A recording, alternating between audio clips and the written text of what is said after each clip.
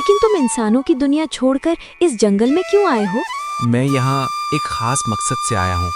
अगर वो काम पूरा नहीं हुआ तो मजबूरन मुझे मरना पड़ेगा। ऐसा कौन सा काम है जो न हुआ तो तुम्हें मरना पड़ेगा? गोविंद जैसे ही आगे बढ़कर आवाज सुनने की कोशिश करता है, तभी उसकी लालटेन बुझ जाती है। एक जोर की आवाज आती है और चारों ओर अंधेरा छा जाता है।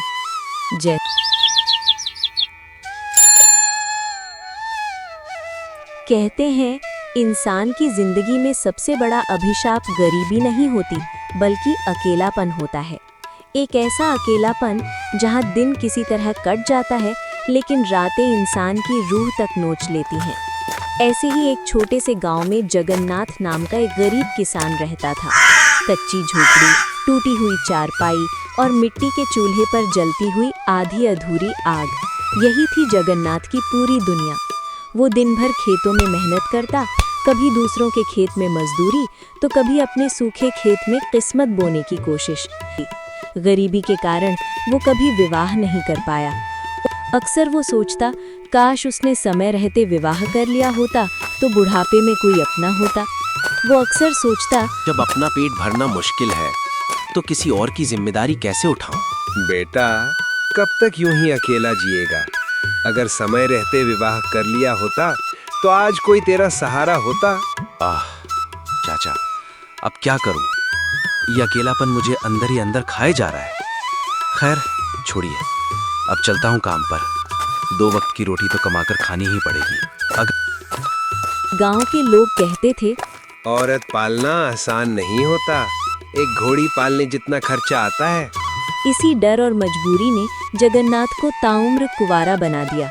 वक्त गुजरता गया और जवानी चुपचाप बुढ़ापे में बदल गई। एक सुबह खेत जाते समय जगन्नाथ ने जंगल में एक पेड़ के नीचे एक रोता हुआ नवजात बच्चा देखा। अरे, ये बच्चा किसका है? इसे यहाँ जंगल में कौन छोड़ गया? सुनो, कोई है क्या? ये बच्चा किसका है? कौन है जो इसे यूं छोड़कर चला गया? लगता है किसी ने जानबूझकर इस मासूम को यहाँ छोड़ दिया है, पर मैं इसे ऐसे मरने के लिए नहीं छोड़ सकता। ये देखकर उसका दिल भर आया और उसे उस बच्चे पर बहुत दया आ गई।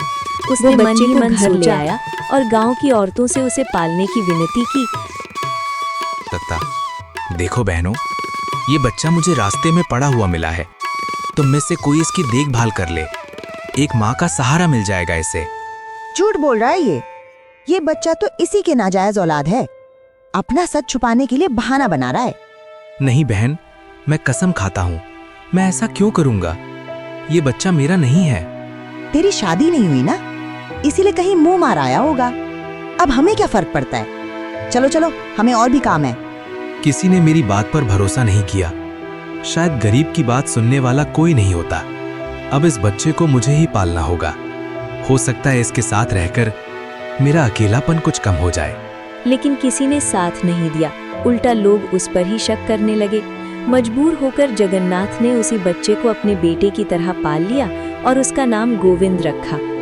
जगन्नाथ ने अपने पेट काटकर गोविंद को पाला, मगर अत्यधिक लाड प्यार के कारण गोविंद बिगड़ता चला गया। वो कामकाज से दूर रहने लगा और दिन भर इधर उधर भटकता रहता। अब गोविंद जवान हो चुका था। उसके चेहरे पर जवानी की मूछें फूट आई थी। अब वही गोविंद जगन्नाथ का इकलौता सहारा बन चुका था। जब पास के घर की वो बुढ़िया जगन्नाथ को अपने बेटे के साथ हंसते बात करते देखती, तो उसके मन में जलन भर जाती। वो मन ही मन बोली, देखो जरा कैसे इस उठाए हुए बेटे के साथ हंस हंस कर बातें करता है। लेकिन ये खुशियाँ मैं ज्यादा दिन नहीं चलने दूंगी। उस बुढ़िया के दिमाग में एक गहरी साजिश चल रही थी। एक दिन जब गोविंद घर में अकेला था, तो बुढ़िया ने उसे आवाज दी। अरे गोविंद बेटा, क्या कर रहा है? जरा इधर तो आ। हाँ माँ, बस पिताजी के लिए खाना बना रहा हूँ। काम से थके हारे आएंगे तो उनके आने तक खाना तैयार कर दूं। अरे किस पिताजी के लिए खाना बना रहा है? तो जिसे तू पिता मान रहा है ना बेटा, वो तेरा पिता नहीं, तेरा दुश्मन है। ये आप क्या कह रही हो अम्मा? ये आप कैसी बातें कर रही हो? मुझे कुछ समझ नहीं आ रहा। क्यों? उस बूढ़े ने तुझे कभी सच्चाई नहीं बताई? कौन सी सच्चाई? तो सुन, जिसे तू अपना बाप समझता है ना, वो तेरा असली बाप नहीं, वो तुझे तेरे असली माँ बाप से चुरा कर लाया था। वो बच्चा चोर है। नहीं, मैं आपकी बात नहीं मानता। मत मान। अगर वही तेरा असली पिता है तो उससे पूछ कि तेरी माँ कहाँ है। आज इस बूढ़े से पूरा सच निकलवा कर रहूंगा। इतना कहकर वो चली गई। उसकी बातों ने गोविंद के मन में जहर घोल दिया। अब उसके दिल में जगन्नाथ के लिए नफरत भर चुकी थी। शाम को जगन्नाथ थका हारा काम से लौटा और चारपाई पर बैठ गया। अरे गोविंद बेटा, जरा पानी तो ला दे। रुक बूढ़े, अभी देता हूँ तुझे पानी। अरे गोविंद, ये क्या कर रहा है बेटा? मैंने तेरा क्या बिगाड़ा है? सच बता बूढ़े, तू मुझे कहाँ से उठा कर लाया था? मेरे असली माँ बाप कहाँ हैं? अगर आज सच नहीं बताया तो किसी को नहीं छोड़ूंगा। बेटा, पहले मारना बंद कर, फिर सब बता दूंगा। बोल, तू मुझे गांव के पास वाले कुएं के पास रोता हुआ मिला था। मैंने बहुत आवाज लगाई लेकिन कोई नहीं आया। तेरी जान बचाने के लिए मैं तुझे घर ले आया। झूठ। तेरे पास क्या सबूत है? जब मैं तुझे घर लाया था तो गांव की कई औरतों को बुलाकर मैंने तुझे पालने को कहा था। अगर भरोसा नहीं है तो उनसे पूछ ले। ठीक है, जाओ और अपनी सच्चाई के सबूत ढूंढ कर ला, वरना आज के बाद मुझे कभी अपना बेटा मत कहना। उस रात जगन्नाथ की आंखों में नींद नहीं थी। वो चारपाई पर बैठा खुद से ही बातें करने लगा। आज अगर मैं इस घर में रुका तो शायद जिंदा नहीं बचूंगा। जिसे मैंने भगवान का दिया सहारा समझा, आज वही मेरी जान का दुश्मन बन उसकी गया। आंखों से आंसू बह निकले। वो धीरे से उठा, घर की कोने में रखी अपनी पुरानी पोटली उठाई। उसकी नजर उस चौखट पर पड़ी जहाँ कभी गोविंद बचपन में खेलते खेलते गिर पड़ा था। घर के आंगन में खड़ा होकर उसने आखिरी बार चारों ओर नजर डाली। अगर आज सच नहीं बताया होता तो शायद मेरी हड्डियां टूट चुकी होती। हे भगवान, मेरी नहीं तो इस बच्चे की रक्षा करना। मैंने इससे कभी बुरा नहीं चाहा। यही मैंने अपनी जिंदगी गुजार दी और आज यहीं से खाली हाथ जा रहा हूँ। इतना कहकर वो बिना किसी को बताए अंधेरी रात में गांव छोड़कर निकल पड़ा। पीछे रह गया एक सूना घर, एक टूटी हुई चारपाई। लेकिन ऐसा क्या हुआ कि जगन्नाथ को अपने ही सपनों से सजे उस घर को छोड़कर खुद ही उस घर से निकल जाना पड़ा, और एक ऐसा पिता जिसकी ममता उसका बेटा समझ ही नहीं पाया। जगन्नाथ के घर छोड़ते ही पूरा घर सूना हो गया। गोविंद रात भर आंगन में बैठा रहा। गुस्सा अब धीरे धीरे पछतावे में बदल रहा था। क्या मैंने हद से ज्यादा कर दिया? सुबह होते ही वो सबसे पहले उसी बूढ़ी औरत के घर पहुंचा। बूढ़ी औरत एक पल के लिए घबरा गई। अम्मा, आपने जो कहा था उसका कोई सबूत है? सबूत तो नहीं, लेकिन गांव में सब यही कहते हैं। तुझे एक अच्छी खबर देती हूँ गोविंद, तेरा पिता गांव छोड़कर कहीं चला गया है। इतना सुनते ही गोविंद को समझ आ गया कि उसके मन में जहर भरा गया था। ये सुनकर गोविंद के पैरों तले जमीन खिसक गई। वो भागता हुआ घर पहुंचा। घर में ना जगन्नाथ था, ना उसकी आवाज, बस कोने में रखी एक पुरानी लाठी और आंसुओं से भीगी एक चिट्ठी। गोविंद ने कांपते हाथों से चिट्ठी खोली। गोविंद के हाथ कांप रहे थे। उसने धीरे धीरे चिट्ठी खोली। उसमें लिखा था, गोविंद, मैं तेरा जन्म देने वाला पिता नहीं हूँ, लेकिन तुझे दिल से चाहने वाला जरूर हूँ। अगर कभी तेरा दिल गवाही दे कि मैंने गलत नहीं किया तो मुझे ढूंढने मत आना। चिट्ठी पढ़ते पढ़ते गोविंद की आंखों से आंसू बहने लगे। उसे समझ आ गया था कि उसने एक झूठी बात पर अपने ही पिता को घर से भगा दिया था। उसी पल उसने फैसला किया। गोविंद घर से बाहर निकला, लेकिन उसे क्या पता था कि जिस रास्ते पर जगन्नाथ गया है, वहां से वापस लौटना इतना आसान नहीं होगा। गोविंद अपने सारे काम छोड़कर अपने पिता को ढूंढने निकल पड़ा। लेकिन क्या वो अपने पिता को ढूंढकर उन्हें वापस ला पाएगा? गोविंद के गांव के बाहर एक घना और रहस्यमयी जंगल था। वो डरते डरते उसी जंगल की ओर बढ़ने लगा। उसका दिल जोर जोर से धड़क रहा था। चलते चलते वो जंगल के गहरे हिस्से में पहुंच गया। तभी आसपास से किसी के रोने की आवाज आई। गोविंद ने घबराकर कहा, कहीं कोई जंगली जानवर मुझ पर हमला ना कर दे। ये कैसी आवाज है? यहाँ कौन है? आवाज की दिशा में जाते ही उसने देखा एक घायल हिरनी जमीन पर पड़ी तड़प रही थी। मदद करो, कोई तो मेरी मदद करो। ये हिरनी बोल रही है? तुम जो भी हो मेरी मदद करो, वरना मैं मर जाऊंगी और मेरे बच्चे भूख से मर जाएंगे। गोविंद ने बिना देर किए उसे शिकारी के जाल से बाहर निकाला। धन्यवाद, तुमने मेरी जान बचा ली, लेकिन तुम इंसानों की दुनिया छोड़कर इस जंगल में क्यों आए हो? मैं यहाँ एक खास मकसद से आया हूँ। अगर वो काम पूरा नहीं हुआ तो मजबूरन मुझे मरना पड़ेगा। ऐसा कौन सा काम है जो न हुआ तो तुम्हें मरना पड़ेगा? देखो, मुझे एक भले इंसान ने बहुत लाड प्यार से पाला था, लेकिन किसी गलतफहमी की वजह से वो मुझसे नाराज होकर घर छोड़कर चले गए हैं। मैं उन्हीं को ढूंढने निकला हूँ। मैंने 50 साल के आदमी को जंगल की गुफा की ओर जाते देखा था। वही मेरे पिता हैं। लेकिन वो आदमी कई सालों से रोज उसी गुफा में आता है। ये सुनते ही गोविंद के मन में एक नया सवाल उठ खड़ा हुआ। क्या पिताजी काम के बहाने रोज इसी जंगल की गुफा में आते थे? और आखिर क्यों? इतना कहकर हिरनी जंगल में गायब हो गई, लेकिन गोविंद के मन का सवाल वहीं रह गया। वो उसी गुफा की तलाश में आगे बढ़ने लगा। तभी जंगल में शेर की दहाड़ गूंज उठी। हे भगवान, पहले बोलती हुई हिरनी और अब शेर। डर के मारे वो जान बचाकर भागा और सीधा गांव पहुंच गया।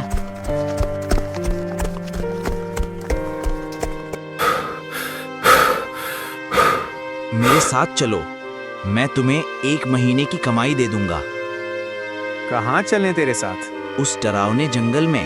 ना बाबा, वो जंगल मायावी है। जो एक बार गया वो सही सलामत लौटा नहीं। अगर तुम मेरे साथ चलोगे तो मैं अपनी 1 महीने की कमाई तुम्हें दे दूंगा। ठीक है, पैसे के लिए जंगल जाना पड़े तो चला जाऊंगा। पैसे का नाम सुनते ही वो आदमी तैयार हो गया। दोनों हाथों में लालटेन लेकर फिर से जंगल की ओर चल पड़े। थोड़ी देर बाद वे दोनों उस रहस्यमय गुफा के सामने खड़े थे। गोविंद और वो आदमी दोनों गुफा के बाहर खड़े थे।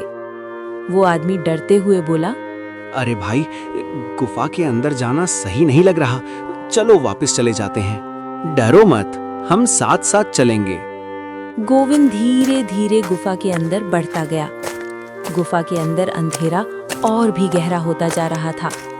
अचानक गुफा के अंदर से फिर से किसी के रोने की आवाज आने लगी। ये आवाज, ऐसी आवाज तो हिरनी से आ रही थी, लेकिन अब ये आवाज कहाँ से आ रही है? गोविंद जैसे ही आगे बढ़कर आवाज सुनने की कोशिश करता है, तभी उसकी लालटेन बुझ जाती है। एक जोर की आवाज आती है और चारों ओर अंधेरा छा जाता है। जैसे ही बत्ती जलती है, वो आदमी आसपास देखता है। अरे गोविंद कहाँ गया? गोविंद भैया, कहाँ हो? मुझे इस तरह मत डराओ। लगता है गुफा में कोई ना कोई मायावी शक्ति जरूर है। भागो, बचाओ रे बचाओ। वो आदमी चिल्लाता हुआ गुफा से बाहर निकल आता है और जंगल से दौड़ जाता है। अंधेरा हो चुका था, रात होने वाली थी।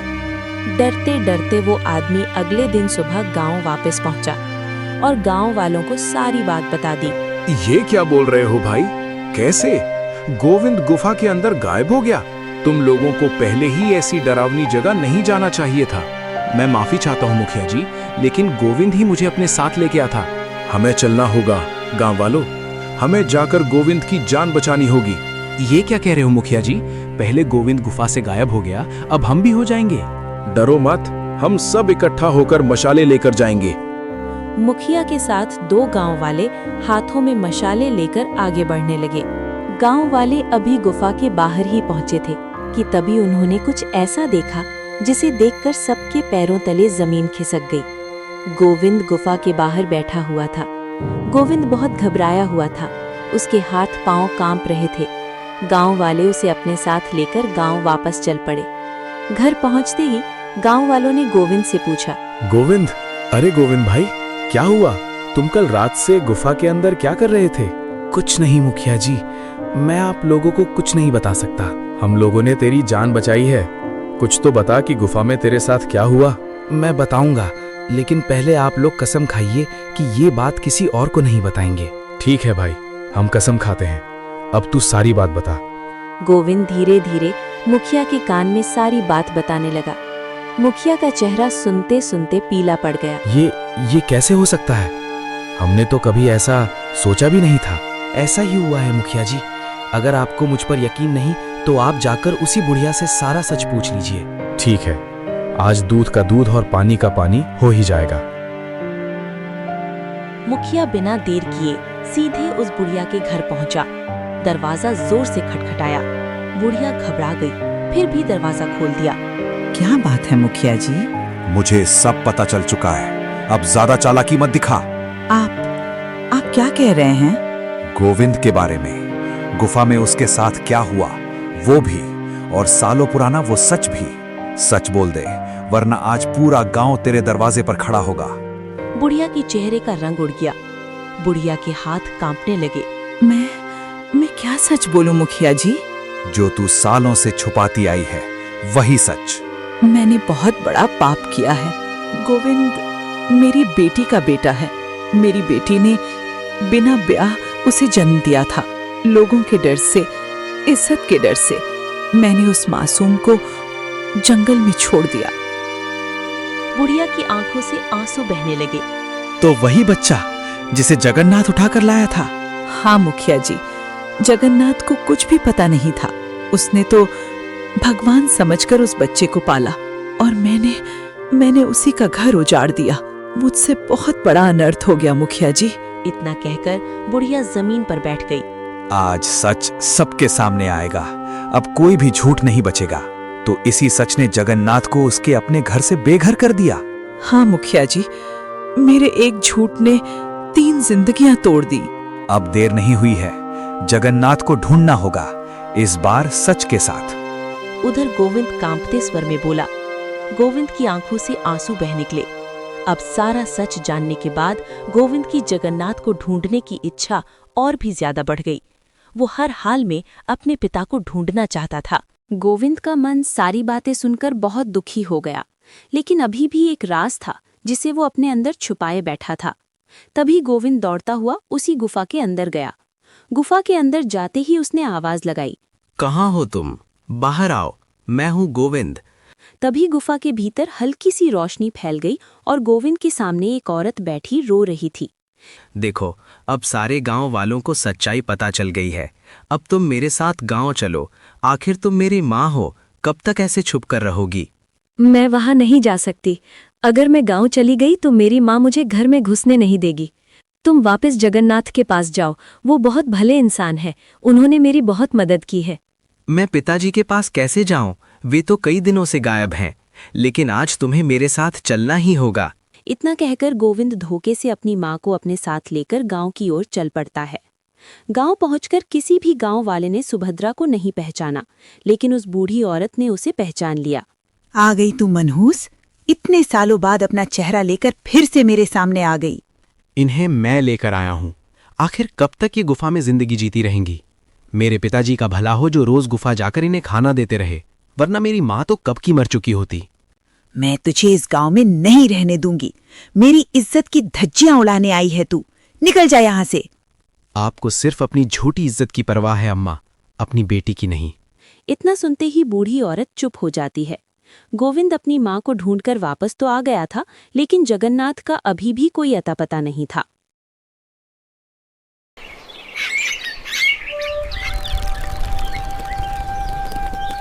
अब गोविंद और उसकी माँ जगन्नाथ के घर में साथ रहने लगे थे।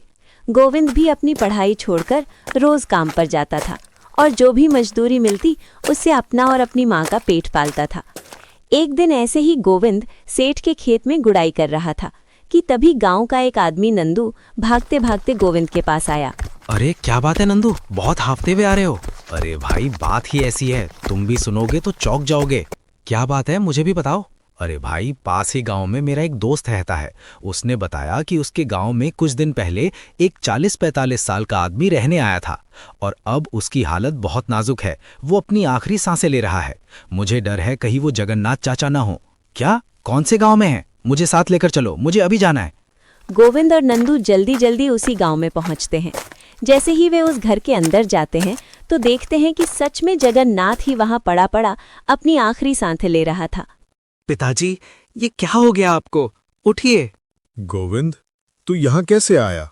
आपको क्या लगा आप यहाँ ऐसे मुझे अकेला छोड़कर आ जाएंगे और मुझे पता भी नहीं चलेगा?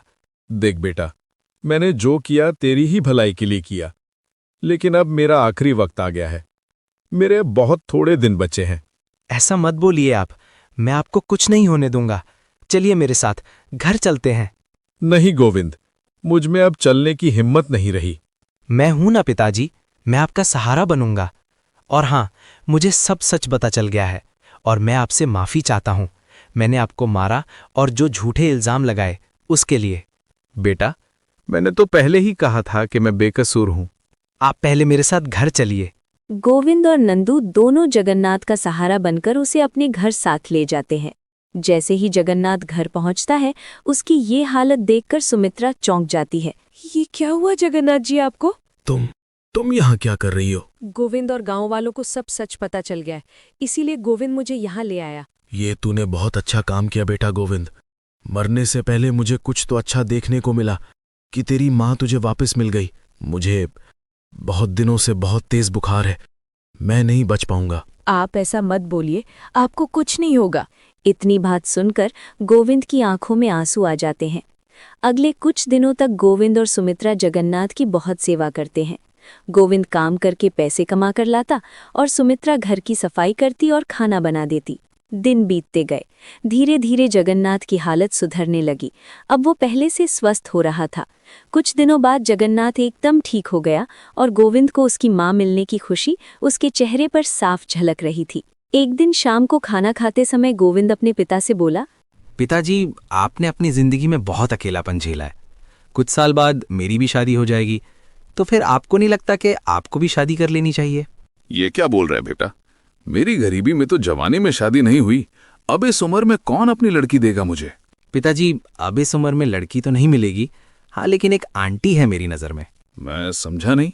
मेरा मतलब पिताजी, अगर आप मेरी माँ से शादी कर लें तो आपको भी बुढ़ापे में सहारा मिल जाएगा और माँ को भी उनकी खोई हुई जिंदगी वापस मिल जाएगी। देखो, मैंने बहुत साल तुम्हारी माँ की गुफा में खाना देकर मदद जरूर की है, लेकिन मैंने ये सब कभी सोचा नहीं। तो अब सोच लेना, मैं माँ से भी बात करूंगा। गोविंद जाकर वही बात अपनी माँ से भी करता है। गोविंद की बात सुनकर सुमित्रा मुस्कुरा देती है और फिर जगन्नाथ और सुमित्रा साथ साथ पति पत्नी बनकर जिंदगी गुजारने लगते हैं और गोविंद को भी उसका खोया हुआ परिवार वापस मिल जाता है।